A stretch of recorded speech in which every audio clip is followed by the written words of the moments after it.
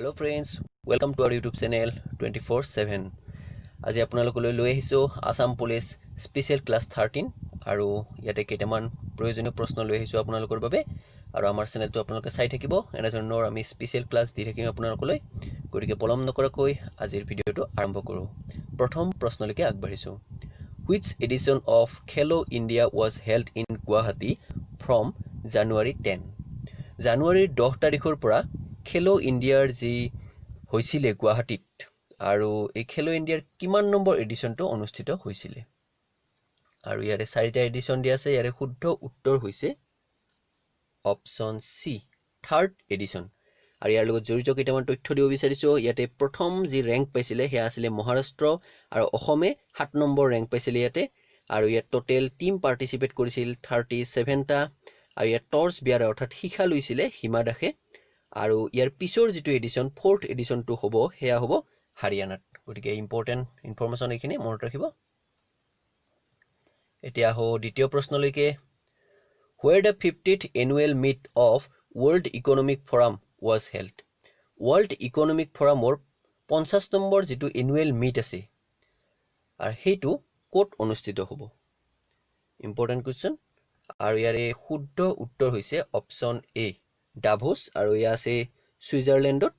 আৰু এই world economic ফোৰামৰ যে ফাউন্ড হৈছিলে হে ফাউন্ড হৈছিলে 1971ত আৰু ইয়াৰ যে হেডকোয়াৰ্টাৰ হেতে আছে জেনেভা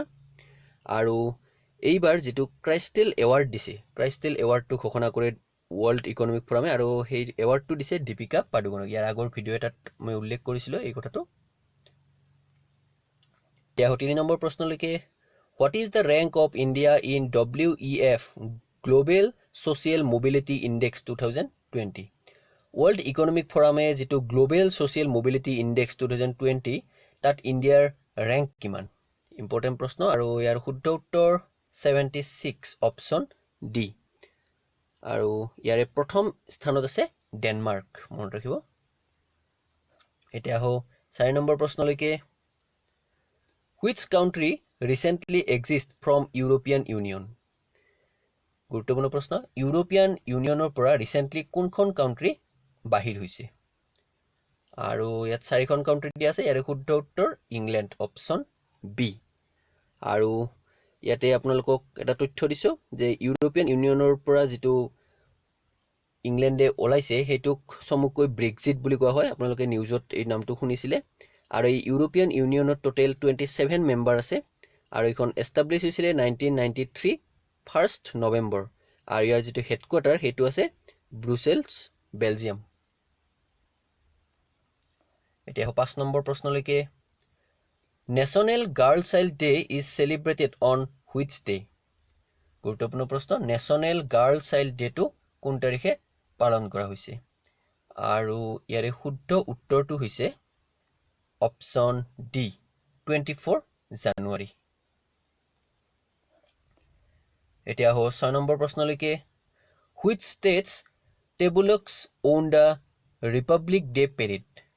Republic Day যেটো parade হৈ গৈছিলে 26 জানুৱাৰীত এটো কোনখন ষ্টেটে লাভ কৰিছিলে বটা লাভ কৰিছিলে আৰু ইয়াৰে শুদ্ধ উত্তৰটো হৈছে অপচন এ আমাৰ আসাম আৰু ইয়াৰ লগত জড়িত এটা তথ্য দিব বিচাৰিছো আৰু ইয়াৰ যেটো অসমৰ যেটো থিম আছিল হেতু আছে land of unique craftsmanship and culture আৰু এই এৱাৰ্ডটো দিছিলে সেই সময়ৰ যে ডিফেন্স মিনিষ্টাৰ ৰাজনাথ সিংহে এনে প্ৰশ্ন আহে পৰীক্ষাবিলাকত এতিয়া 7 নম্বৰ প্ৰশ্ন Which state initiated the bill to abolish its Bidhan Sabha কোনখন ষ্টেটে এখন বিল আনিছে যাৰ জৰিয়তে বিধান সভাখন এবলিশ কৰা হয় আৰু ইয়াৰে শুদ্ধ উত্তৰটো হৈছে অপচন বি অন্ধ্ৰ প্ৰদেশ আৰু এইখিনিতে জনাই থৈছো যে অন্ধ্ৰ প্ৰদেশৰ তিনিখন কেপিটেল আছে আৰু সেই কিখন হৈছে বিশাখাপট্টনম হৈছে এক্সিকিউটিভ কেপিটেল ইয়াৰ পিছত যিখন অমৰাৱতী আছে সেইখন হৈছে লেজিসলেটিভ কেপিটেল আৰু যিখন কাৰ্নল আছে এই কাৰ্নলখন হৈছে জুডিশিয়েল কেপিটেল গুৰুত্বপূৰ্ণ তথ্য মনত ৰাখিব এতিয়া হো 8 number প্ৰশ্নলৈকে India's first war memorial for animals will be established in লাগতিয়াল প্ৰশ্ন যে আমি ৱাৰ মেমৰিয়েলৰ কথা জানো যিবিলাক সৈনিক শ্বহীদ হয় দেশৰ হকে যুঁজি তেওঁলোকৰ যি মেমৰি হিচাপে এখন ৱাৰ মেমৰিয়েল তৈয়াৰ কৰে আৰু এনে এখন ৱাৰ মেমৰিয়েল গুৱাহাটী শিলপুখুৰীতো আছে হয়তো বহুতে জানে ঠিক তেনেদৰে এনেধৰণৰ এনিমেলৰ ওপৰত ৱাৰ মেমৰিয়েল এখন বনাব আৰু সেইখন ক'ত বনাব আৰু ইয়াৰ শুদ্ধ উত্তৰ অপশ্যন এ মিৰুত উত্তৰ প্ৰদেশ এতিয়া আহো 9 নম্বৰ প্ৰশ্নলৈকে 29th Saraswati Samman is awarded to whom 29ৰ যি সৰস্বতী সন্মান আছে এইটো কাক এৱাৰ্ডটো দিয়া হৈছে আৰু ইয়াৰে শুদ্ধ উত্তৰ হৈছে অপশ্যন এ বাদুদেৱ মোদী আৰু তেখেতৰ যিখন গ্ৰন্থ চেকবুক এই গ্ৰন্থখনৰ বাবে এই এৱাৰ্ডটো পাইছিলে এতিয়া 10 নম্বৰ প্ৰশ্নলৈকে Where will ISRO establish training center for human astronaut human এষ্ট্ৰনটৰ বাবে ইছৰোৱে ক'ত এটা ট্ৰেইনিং চেণ্টাৰ এষ্টাব্লিছ কৰিব আৰু ইয়াত 4টা অপশ্যন দিয়া আছে ইয়াৰে শুদ্ধ উত্তৰটো হৈছে অপশ্যন এ চাল্লাকেৰেত এইটো এষ্টাব্লিছ কৰিব আৰু ইছৰো সম্পৰ্কে দুটামান তথ্য দিব বিচাৰিছো সেয়া হৈছে 1969ত ইছৰো এষ্টাব্লিছ হৈছিলে আৰু ইয়াৰ যি ডিৰেক্টৰ সেয়া হৈছে কে শিৱন আৰু ইয়াৰ হেডকোৱাৰ্টাৰ আছে বাংগালুৰু আৰু ইছৰোৰ যি মিছন এটা আছে গগনয়ান মিছন আৰু এই গগনয়ান মিছনটো মতে 2022ৰ ভিতৰত ইছৰো এটা এইম লৈছে যে হিউমেন এষ্ট্ৰনাট স্পেচত পঠাব পাৰিব এইটো এটা এইম লৈছে 2022ৰ ভিতৰত এতিয়া হো 11 নম্বৰ প্ৰশ্ন national youth day is celebrated on national youth day কেতিয়া সেলিব্ৰেট কৰা হয় আৰু ইয়াৰে শুদ্ধ উত্তৰটো হৈছে 12 জানুৱাৰী অপশ্যন এ 12 জানুৱাৰী নেশ্যনেল ইউথ ডে সেলিব্ৰেট কৰা হয় আৰু ইণ্টাৰনেশ্যনেল ইউথ ডে টো সেলিব্ৰেট কৰা হয় 12 আগষ্ট এইটো মনত ৰাখি থব এতিয়া 12 নম্বৰ প্ৰশ্ন who won the Polly Umrigar award Polly Umrigar award যেটো আছে হেতু কোনে লাভ কৰিছে ইয়াৰে শুদ্ধ উত্তৰ হৈছে অপশ্যন এ কে এল ৰাহুলে এইবাৰ ইণ্টাৰনেশ্যনেল ক্ৰিকেটত ভাল প্ৰদৰ্শন কৰাৰ বাবে এইটো এৱাৰ্ড লাভ কৰিছে আৰু এই এৱাৰ্ডটো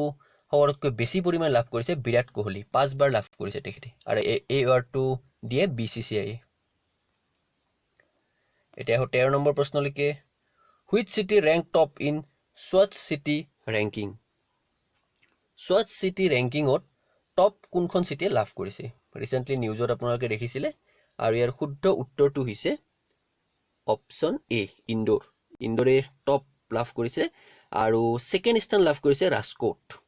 আৰু এইটো পাবলিশ কৰে ministry of urban development and central pollution control board of India চমুকৈ CPCBA আৰু এই CPCB টো এষ্টাব্লিছ হৈছে 1974ত গতিকে এইখিনিয়ে আৰু আজিৰ শেষৰ প্ৰশ্নলৈকে আগবাঢ়িছো which hindi word became Oxford Hindi word 2019 তো কেইটামান হিন্দী ৱৰ্ড দিয়া আছে ইয়াৰে কোনটো হিন্দী ৱৰ্ডে অক্সফোৰ্ড হিন্দী ৱৰ্ড 2019 সন্মান লাভ কৰিছে বা ঘোষণা কৰিছে ইয়াৰে শুদ্ধ উত্তৰ অপশ্যন এ সংবিধান এই এৱাৰ্ডটো সকলোতকৈ বেছি পৰিমাণে ব্যৱহাৰ ইন্টাৰনেটত ব্যৱহাৰ হোৱা শব্দ 2019ত এই কাৰণে এইটো অক্সফোৰ্ড হিন্দী ৱৰ্ড হিচাপে ঘোষণা কৰিছিল গতিকে বন্ধু বান্ধৱীসকল আজিলৈ এইখিনিয়ে এনে ধৰণৰ লাগতিয়াল ভিডিঅ'বিলাক আমি আপোনালোকক দি থাকিম গতিকে আপোনালোকে চাই থাকিব আৰু আমাৰ চেনেলটো সাবস্ক্ৰাইব কৰিব ধন্যবাদ